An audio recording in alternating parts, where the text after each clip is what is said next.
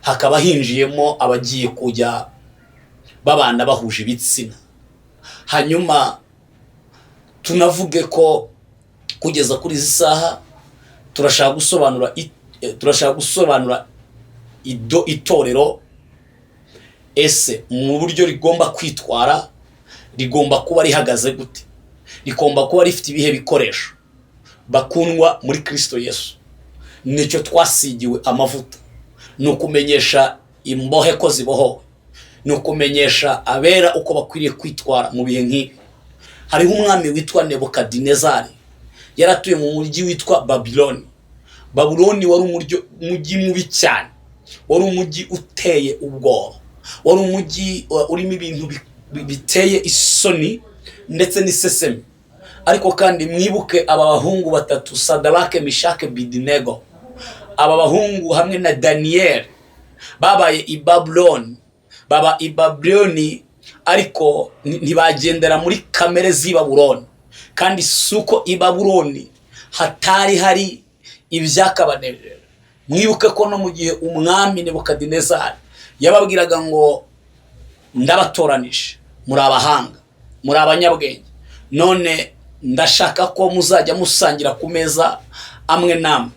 Kandi ubwo tugiye kujya dusangirira ku meza, mwabana mwe, kuko muri abahanga, muri abayuda nyakuri, ntimuntenguhe, kuko ndashaka kubazamura no mu myanya. Barazamura. Ariko kandi hari cyanejeje umutima wanjye, ngo bamaze kumenya ko ibiryo bazajya barya biterekereshejwe izindi mana, bifite imitongero runaka, barabyanze. Bajya gushaka inkone yitwa Ariyoki, baramubwira ngo wa nkone we, turakwinginze udufashe, twebwe ntabwo dukeneye gukurwamo Imana, ahubwo turashaka kugumana n'Imana, kabone nubwo twarya ubusa ariko turi kumwe n'Imana yacu. Hanyuma ngo barangije bamusaba kujya barya ibishyimbo byonyine n'amazi. Abenshi bakunda kuvuga ngo ni amaminini, oya, n'amazi. Bafataga ibishyimbo bakabirya, hanyuma isosi yabo yari amazi mugezi, amazi asanzwe, ariko bagumana n'Imana. Ndagira ngo mbwire itorero rya Kristo, ndagira ngo mburire abera. Kandi iyo tuvuze itorero ntabwo tuba tuvuga amadini. Itorero riri mu ibanga, itorero rizwi na Kristo, itorero ni nge nawe, itorero nuwo nuriye. Ariko kandi turagira ngo tubabwire ko turi i Babuloni, twamaze kumera nkaho tumeze nk'intama bajyana kubaga. Ariko bakundwa mu mwami Yesu ntabwo asinziriye. Mu makuru mfite nuko itorero, nkuko dukomeza kubivuga, rigenda gutaha. Kandi niba ritinze kuzamuka, urupfu ruradusatiriye, kandi tugendana narwo. Kandi ndagira ngo mbabwire ko kugeza kuri izi saha, abera mube maso, kandi mwambare imbaraga, mukenyere amatabaza yanyu ahore yaka. Gira ngo mumaze igihe mubikurikirana, twasaga wenda n'abataje hano kubivuga, ariko kandi turagira ngo tuvuge ko muri iki gihe cya none, ni ukuri ubutunzi bw'isi burimo buranigana, burimo burabyiganira mubera kugira ngo barekure Imana. Icyo nkuzaniye n'iki rero, wa munyetorero, gumana icyo ufite, hatagira umuntu ugutwara ikamba ryawe, hatagira dayimoni igutwara ubugingo, hatagira satani ukwambura icyo wamize. Icyo wamize ntabwo ntikikwemerera gutanga ingurane, gufata ingurane. Ndagira ngo mbabwire ko amafaranga umuntu arayakorera akayageraho, cyangwa se niyo atagera kuyashaka, ariko twese turiho. Uko turiho twese, uko ariko kose, turashimira Imana, turashimira imbaraga zikomeye z'umusaraba wa Kristo, turashimira kunesha kwanesheje isi, turashima urupfu n'umuzuko by'umwami wacu. Ndabizi isi ntishaka ko tubivugaho, ndabizi ko mu minsi iri imbere hashobora gusohoka n'amabwiriza atandukanye mu isi. Ndabizi neza, ntabwo ababivugaho bari bukundwe. Ndabizi abandi baratuje, ariko nkashima n'abahanuzi mwavumbutse, aho mwari mupfuritswe n'Imana, mukavuga ngo twarihanganye, twari ducecetse, ariko reka tuvuge iki ngiki. Bene data, ntituvuga ibi nk'ababyamamaza, ahubwo turavuga ibi nk'abazi umuriro w'iteka wenda gucanwa ku bantu banze kumvira, wenda gucanwa ku bantu banze imiburo ya Kristo Yesu. Idini nababwiye ko ntibigoye kugambana, kandi idini ntibigoye kugambanira Yesu. Idini ntibigoye kwica umuvugabutumwa. Idini ntibigoye ko ryagirira nabi ubugingo bwa benshi kubw'inyungu zaryo, kuko narababwiye ngo niba abanyamadini bataratinye kwicisha Yesu, bataratinye kugambanira umwami wabo, mwebweho muri bantu ki? Ahubwo tuvuga ngo umuntu wese nabane n'Imana kandi yegera Imana adafite indorerwamo areberamo usibye ijambo ry'Imana. Ubushize mperutse kubabwira ngo nimugure Bibiliya yera, Bibiliya ijambo ry'Imana. Nta kwezi kwanyuzemo hahise hasohoka itangazo rikomeye, abashyigikiraga amabibiliya barakupa. Ibyo ni ibintu tuba twarungurutse mu isi y'umwuka mbere y'uko biba. Inama yabaye yo kugira ngo abantu bisuganye.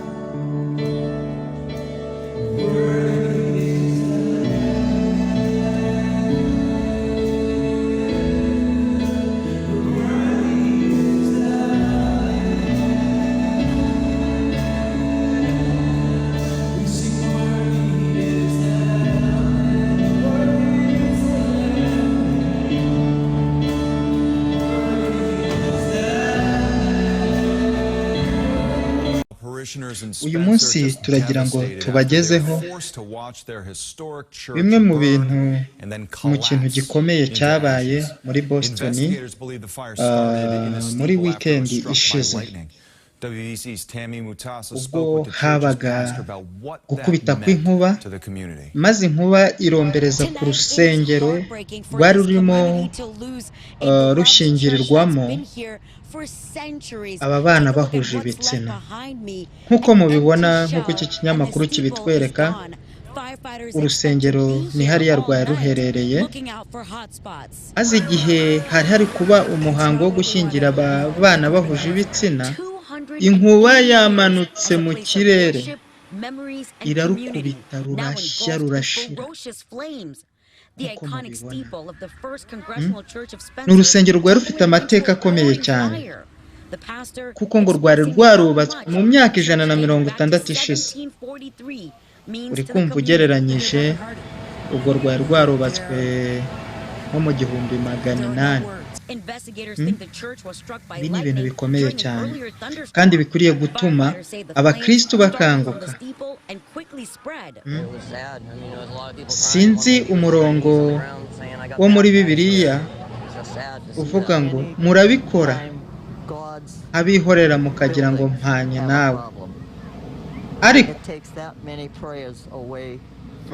burya Imana yivuze ibivuze. Iki ni ikimenyetso cyerekana yuko Imana itishimira ubutinganyi, kuko nimba mubyibuka neza, no mu gihe cya Sodoma na Gomora, ikintu cyazamuye umujinya w'Imana cyane, Imana ikarakara, ni ubutinganyi. Muri iyi minsi murimo murabona uburyo burimo buragenda bukwirakwizwa ahantu hose. Murabizi ko bimwe mu bihugu bya Afurika batangiye kubifatira ingamba zo kugira zo guhagarika umubano n'ibyo bihugu, kandi guhagarika umubano ni uguhagarika inkunga, ni uguhagarika buri kintu cyose icyo gihugu cyabonaga ku rwego rw'amahanga. Ibi byose rero bigaragaza yuko ari umwanzi Satani ubiri inyuma. Abantu bakwiriye gukanguka, abantu dukwiye gukanguka tukamenya igihe tugezemo icyo ari cyo. Ntidukwiriye gutwarwa n'imbaraga z'isi, ahubwo dukwiriye kuyoborwa n'ijambo ry'Imana. Abera, Imana ishimwe cyane, Imana ibagirire neza. Turanezerewe kugaruka hano mu rugo kandi rwanjye namwe, kandi ni no mu rugo kwa so. Ni ukuri umwuka wera n'Imana Data n'Umwana ari bo nkorera, babampera umugisha. Munyemerere ntabwo nezerewe cyane habe na bukeya, ariko reka tubanze dusenge. Mana, mu izina rya Yesu Kristo tugushimiye imirimo n'ibitangaza. Uri Imana ikomeye, uri Imana y'imbaraga nyinshi n'ubutwari, ubushobozi, igitinyiro, kunesha, gukomera bibi bizawe. Uyu mwanya ubwami bwawe nibuze, uyu mwanya kunesha kwawe kugaragara, imbaraga z'umusaraba zibane natwe muri iki kiganiro. Ndasenze ngo iki kiganiro umuntu wese witwa umunyetorero rya Kristo Yesu, ndagira ngo ahabwe kumenya ibyo atarazi. Bimwe mu bintu wasize utubwiye, waravuze ngo umwuka naza azenda ku bya Data abamenyeshe, kandi umwuka naza azatsinda ab'isi. Haleluya. Izina ryawe rihimbazwe, imirimo yawe itangaje igere ku bantu. Urakoze kugiye kubana nanjye hamwe na bene Data bankurikirana muri iki kiganiro, mu izina rya Yesu, amen. Bakundwa muri Kristo Yesu, tumaze igihe kitari gitoya cyangwa se kitari na kinini dufunguye Riratashye Ministries. Ni ministeri dukorera kuri izi mbuga nkoranyambaga, akaba ari na channel yanjye namwe yanditse Pastor Evode. Turashimira abantu mwese mwabonye ko turabo kwizerwa mu Mana, mugakora subscribe, mukana sharinga, mukana duha comment. Mu ma comment mwaduhaye twabonye ko muri maso hamwe natwe kugira ngo dutebutse ubwami bw'Imana. Ariko kandi ngira ngo nkuko natangiye mvuga ko tuzamena amabanga ahishwe, ngira ngo nimusubira inyuma gato hari ibiganiro twatangiriyeho dusobanura idini n'itorero icyo ari cyo. Twari twavuze ko idini rishobora gukora amanyanga menshi, ariko itorero ntiryakora amanyanga. Twababwiye ko itorero risenga buri munsi, saa 11 rirasenga, saa 9 rirasenga, isaha iyo ari yo yose, every day itorero ry'umwami Yesu rirasenga. Kandi tubabwira ko itorero rya Kristo kugeza kuri izi saha inshingano twasigiwe ntabwo ari ukutongana, nta nubwo ari ukuba mu bitagira umumaro, ahubwo Yesu yaravuze ngo ni mube maso kandi muhore mukenyeye, amatabaza yanyu ahore yaka. Ndagira ngo rero uyu mwanya ubwo ngiri umugisha nanone kongera kubana nabera, ndagira ngo mbabwire ko nyuma y'ibyo biganiro byose ibimaze gusohoka mu madini atandukanye, ivyo murabireba, ivyo murabibona. Ntabwo turapushinga ahantu hariho hose cyangwa se ngo dufokasinge ku idini runaka, kuko hari n'ababikora batari mu madini. Ariko kandi turavuga muri rusange, ese ni gute abakristo bakwiye kwitwara muri bihe nk'ibi ngibi? Mu bihe nk'ibi ngibi abanyamadini binjije amadarapo y'ubutinganyi mu ma churches ahera h'Uwiteka, urusengero rw'Imana, mu rusengero rw'Uwiteka hakaba hinjiyemo abagiye kujya babana bahuje ibitsina. Hanyuma tunavuge ko kugeza kuri izi saha turashaka gusobanura itorero ese mu buryo rigomba kwitwara, rigomba kuba rihagaze gute, rigomba kuba rifite ibihe bikoresho. Bakundwa muri Kristo Yesu, nicyo twasigiwe amavuta, ni ukumenyesha imbohe ko zibohowe, ni ukumenyesha abera uko bakwiriye kwitwara mu bihe nk'ibi. Hariho umwami witwa Nebukadinezari, yaratuye mu mujyi witwa Babiloni. Babuloni wari umujyi mubi cyane, wari umujyi uteye ubwoba, wari umujyi urimo ibintu biteye isoni ndetse n'isesemi. Ariko kandi mwibuke aba bahungu batatu, Sadarake, Meshake, Abedenego. Aba bahungu hamwe na Daniel babaye i Babuloni, baba i Babuloni, ariko ntibagendera muri kamere z'i Babuloni. Kandi suko i Babuloni hatari hari ibyakabanejeje.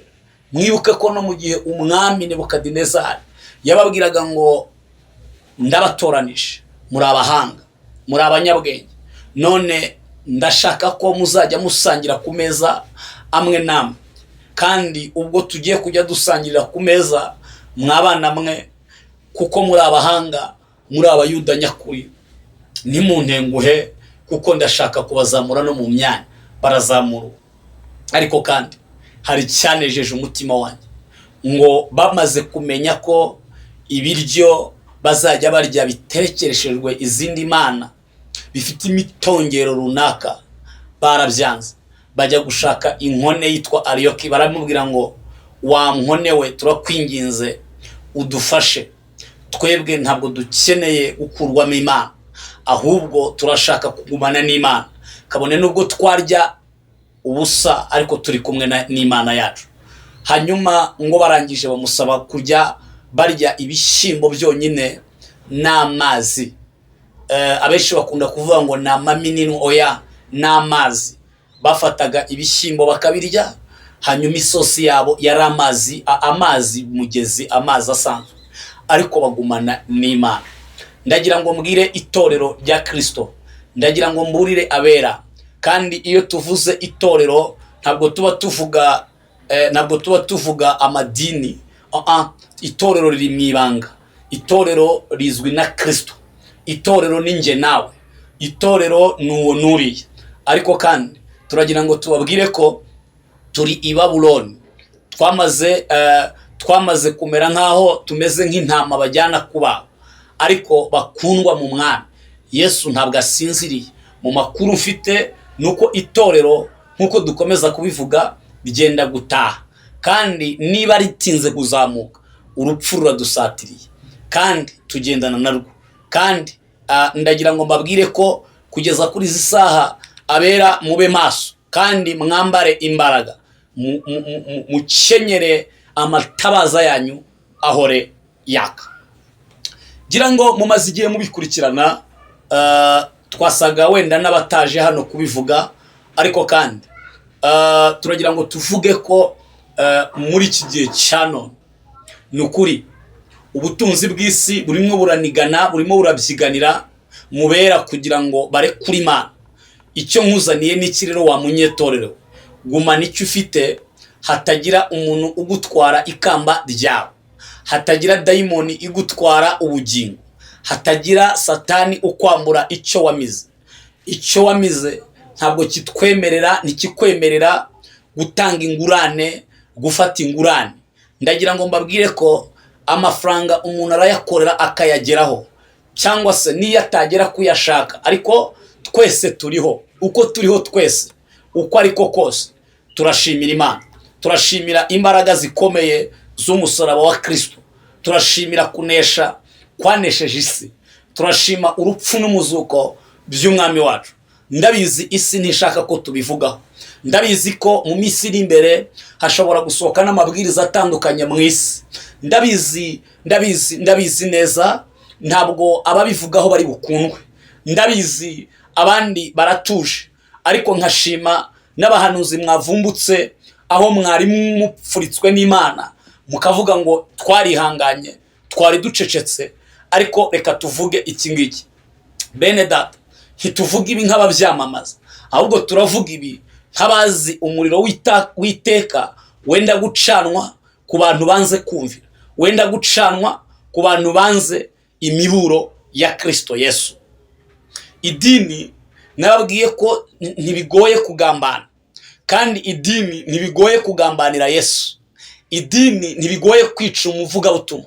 Idini ntibigoye ko ryagirira nabi ubugingo bwa benshi kubw'inyungu zabyo, kuko narababwiye ngo niba abanyamadini bataratinye kwicisha Yesu, bataratinye kugambanira umwami wabo, mwebweho muri bantu ki?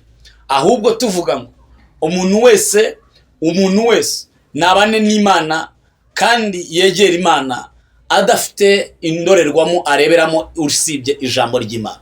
Ubushize mperutse kubabwira ngo nimugure Bibiliya yera, Bibiliya ijambo ry'Imana. Nta kwezi kwanyuzemo hahise hasohoka itangazo rikomeye, abashyigikiraga amabibiliya barakupa. Ibyo ni ibintu tuba twarungurutse mu isi y'umwuka mbere y'uko biba. Inama yabaye yo kugira ngo abantu bisuganye, ibyo ari byo byose, naho habaho kwisuganya bingana gute, ariko bizarangira ibyahanuwe bisohoye. Rero bene data bakundwa muri Kristo Yesu, bana b'Imana, bwoko bw'Imana, hari umuburo ukomeye, hari umuburo udasanzwe. Uko mureba ibizira biri kwinjira hera, isi irimo kuramukwa n'iki? Ni ukujya kubise. Murabona umubyeyi aratwita, arasama, iyo asamye atangira kumokorwa, iyo ari kumokorwa atangira kuruka, iyo amaze kugera ku rwego inda igera mu mezi 5 aba atangiye kwicara mu masizoni. Ntabwo apfa kwicara uko abonye, ingendo irahinduka. Hanyuma igihe cyo kubuzara, ibise biramufata, hari ibimenyetso bibanza kubaho. Rero ndagira ngo mbabwire ko iyi si mbere y'uko irangira irimo iri kubise, hanyuma iri kubise byo kurimbuka, hanyuma abera natwe turi kubise byo gutaha. Kristo nawe yagiye kubise byo kutubyara, ariko noneho nanone ari kubise byo kongera kudukura mu isi. Nimube maso, kubera ko nubwo hari imyuka inaniza abera, ndagira ngo mbabwire ko kugeza kuri izi saha hariho n'umwuka w'Imana. Kristo Yesu arabashaka, kandi uwemeye namuyoboka, uwanga nayoboka ibyo ashaka. Ariko mbibutse ko hari umwanditsi wigeze aravuga ngo iby'isi byose ni nko kwiruka inyuma y'umuyaga. Yasanze ari nko kwiruka inyuma y'umuyaga.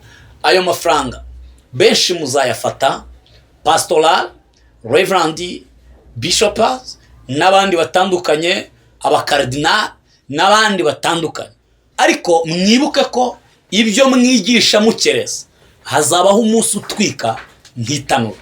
Muri Maraki mubyibuka ibice 3 umurongo wa 19 ngo abibone bose n'inkozi zibi bazaba ibishingwe.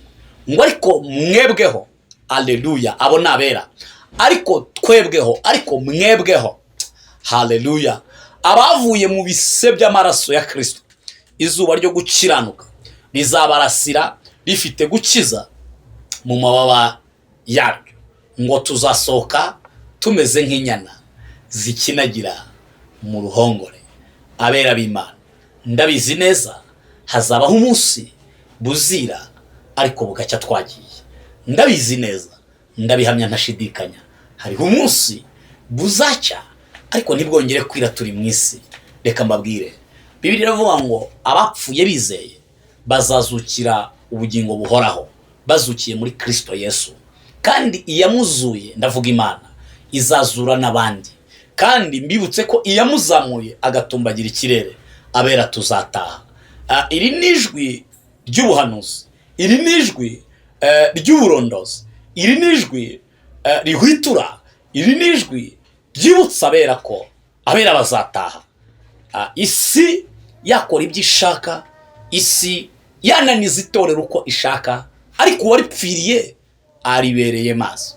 Mbibutse ko mu bagabo bataceceka Yesu arimo. Hanyuma ntiyanakwirengagiza imibabaro y'Getsemani, ntiyanakwibagirwa amacumu yatewe, ntiyanakwibagirwa umusaraba yabambweho, ntiyanakwibagirwa ibitutsi yatutswe, ntiyanakwibagirwa yemwe imisumari yatewe mu biganza, oya ni mu birenge, oya ntiyakwibagirwa icumu ryo mu rubavu.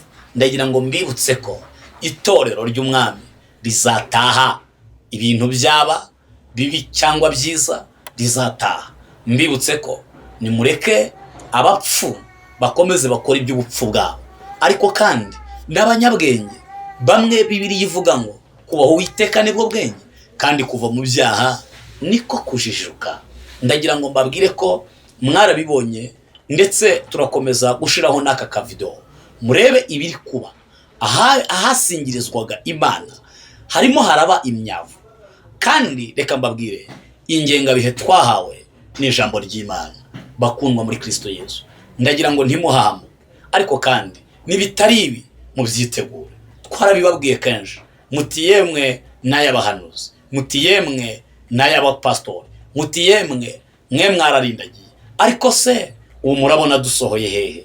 Yemwe umuntu wari uri mu bintu bitagira umumaro, kanguka wisinzira kandi wikisinziriza. Kanguka, ubwami bw'Imana buratwaranirwa, kandi intwari zibugishamo imbaraga. Reka mbabwire, kugeza ubu ab'icyitegererezo bakarebeweho n'abantu, nukuri ari amasezerano menshi yamaze gusinywa, kandi ari gusinywa kugira ngo hagurishwe ubugingo bw'abera. Ushobora kwibaza ngo ese niki Satani ashaka? Nta kindi ashaka, oya, ntabwo ari amafaranga yawe, oya. Satani arashaka ubugingo bw'abanyetorero ngo aburimbure. Nihatabaho kuba maso ngo umuntu wese amenye aho agomba guhagarara. Ndababwiza ukuri, igihe nk'iki ngiki nukuri tuzisanga dutunguwe n'umugaru udasanzwe.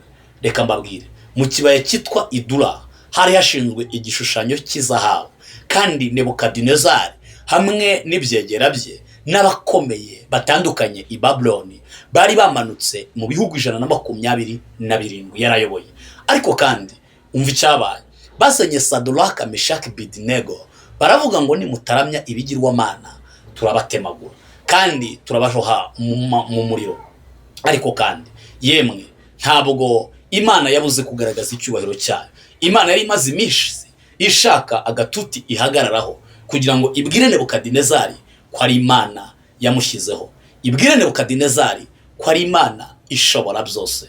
Ayi, reka igihe kizagere abantu baramye, barimo baramya Saduraka na Meshake banga kubarara, banze kubarara, ahubwo barahagarara, bahagarara bashize amanga nk'abasirikare b'umwami Yesu. Haleluya, Imana ishimwe cyane. Hanyuma abanyamashyari babagirira amashyari, baravuga ngo yemwe reka tujye ku mwami tumubwire ibyabaye. Babagabo yazamuye, babagabo yahaye inyama nziza, yewe nibo banze kuramya Imana ye. None reka tubimubwire. Barabimubwira, igihe kiragira bafata Saduraka, Meshake, Abedenego babajugunya mu itanura ry'umuriro. Ariko mbere yuko babashyiramo bavuze ijambo nakunze ngira ngo nkomeresha abera nk'umutsima utera imbaraga. Yaravuze ngo ese Imana iri bubakize amaboko yanjye bene ako kageni ni yihe bituma munsuzugura mukigira mutyo mugapfa kwigira ibyo mushaka? None Imana mwizeye iri bubakize amaboko yanjye njyewe Nebukadinezari ni yihe?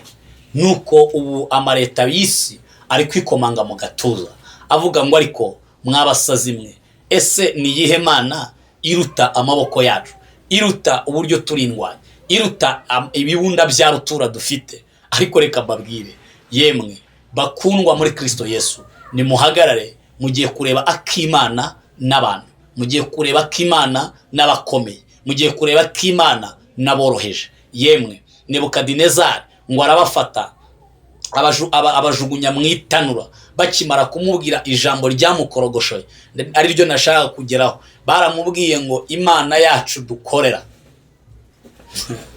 ibasha kudukiza.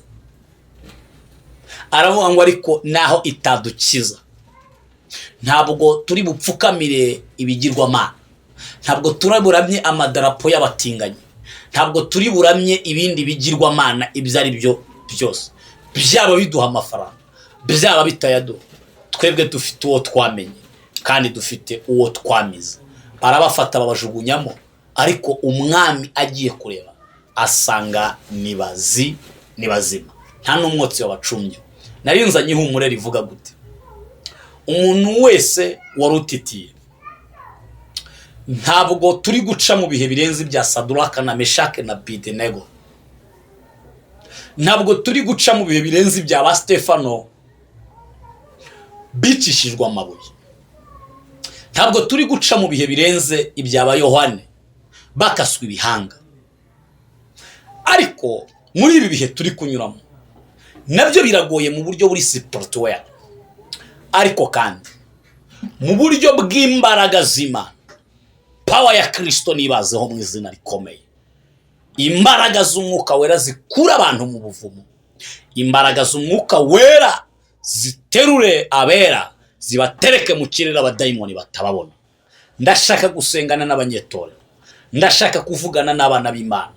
Nubwo bimeze bitya, ariko yemwe ndababwiza ukuri, n'ukuri abera bazataha byanga bikunda. Ndababwiza ukuri, ibyo twumvise, ibyo twumva muri twebwe bitubiramo nuko tuzabana n'Imana akaramata. Isi yakwiyubika, itakwiyubika, tuzabana n'Imana akaramata. Abera b'Imana mukomere kandi mushikame. Ntabwo turi butinde, twumvaga dushaka kuvuga kuri ibi gatoya kugira ngo abanyetorero n'abera b'Imana mukomere kandi mushikame, kuko ibyo bari kumwe nabyo bifite amaboko y'umubiri mu nyumve. Ariko mu ruhande rw'abanyetorero, mu ruhande rw'abera, turi kumwe n'Uwiteka Imana, niyo idutabara kandi niyo iturengera, ije kuturwanirira intambara zacu zose. Ese ari amaboko y'Imana n'amaboko y'abantu? Urahitamo kuyoboka amaboko yande? Yoboka amaboko y'Imana nguhitiyemo, udatindiganya, kuko abantu wagiranye urubanza n'Imana tibagukiza Imana, ariko Imana wagiranye urubanza n'abantu, Imana yagukiza abantu. Riratashye ministries, ndababwiza ukuri, ni mube maso abera mudukurikirana, kuko mu minsi iri imbere tugiye kwigisha ibyahishuwe n'ubundi nk'uko twabitangiye. Twari tuje kuvuga ibi ngibi kugira ngo nanone mwongere mukanguke, ababa maso tube maso, abarindagira nabo barindagire, ariko ku munsi w'amateka bizamenyekana abahisemo neza. Uyu munsi ntawamenye uwahisemo neza, kubera ko isi iyobowe n'impiya, isi iyobowe n'abakomeye ndetse n'aboroheje. Ariko kandi hari ubwiru bw'ubumana bukomeye, hari ubwiru budasanzwe, hari ubwiru bw'imbaraga zihambaye bwa Kristo Yesu. Ndababwiza ukuri, abera b'Imana nimuhitemo amahitamo mazima. Abandi namwe mukirangaye mukibona ibi ngibi, nimuhitemo kwegera Yesu. Data, ndagushimiye kubw'abana bawe, ndagushimiye kubw'intore zawe, mu mbaraga z'umwuka wera. Ndasenze ngo umwuka w'Uwiteka, ndasenze ngo imbaraga zihambaye, ndasenze ngo ububasha bukomeye bube ku ntore zawe. Mwami Yesu, rengera itorero ryawe kuko riri mu ibanga. Abantu benshi twarababwiye ngo bacomokoke mu madini binjire muri Kristo Yesu, ariko kuko Satani yamaze gukinga ibikarito mu maso abantu benshi bayobotse ibinyoma, benshi bakomeye ku bitagira umumaro, abandi bakomeye ku bintu bitandukanye. Ariko kandi ndinginze cyane ngo umwuka w'Uwiteka ategeke, kandi imbaraga z'abadayimoni zitsindwe. Umwuka wa Antikristo, umuriro w'Imana utwike uyu mwuka, umuriro w'Imana utwika izi mbaraga. Turasengera ibiremwa byawe biri kuyoba umunsi ku munsi, kugira ngo ubuntu bwawe n'amaraso wavuye igorogota n'imbaraga zihambaye, orasi edone hora shidibi etonse again, bakuzeyo imbaraga zawe. Jabura abantu bari kugwa mu myobo itandukanye, humura impumyi zihumiye, reka abantu bakurweho igitwikirizo umwanzi ari gutwikiriza, bambikwa imbaraga n'Imana. Urakoze ni mu izina rya Kristo Yesu dusabye twizeye imirimo ikomeye n'imbaraga zikomeye. Bakundwa, mudufashe kwamamaza ubutumwa bwiza ubwami bw'Imana, kuko mu bintu muzahemberwa no kuba mwarashyigikiye ubwami bw'Imana nivuga butumwa, nabyo bizaba iby'agaciro. Twabonye abanditse muri komenti ko hari imihigo mwahize, hari abandi mwatwandikiye mushaka kuzamura uyu murimo w'Imana, harimo kugura amakamera, harimo kugura ibikoresho bitandukanye kugira ngo ubutumwa bwiza bukomeze kubwirizwa mu isi yose. Turabashimiye rero ubwo mubifite mu mushinga wanyu, kandi kugira ngo tubone aho tuvugira, Imana ijye ibitaho, ibakingurira amarembo yo kugira ngo abera bafashwa n'uyu murimo mwiza bahabwe umugisha w'Imana. Murakoze, shalom, Imana ibagirire neza. Mwari kumwe na Reverend Prophet Evode. Imana ibahe umugisha. Shalom, shalom, shalom.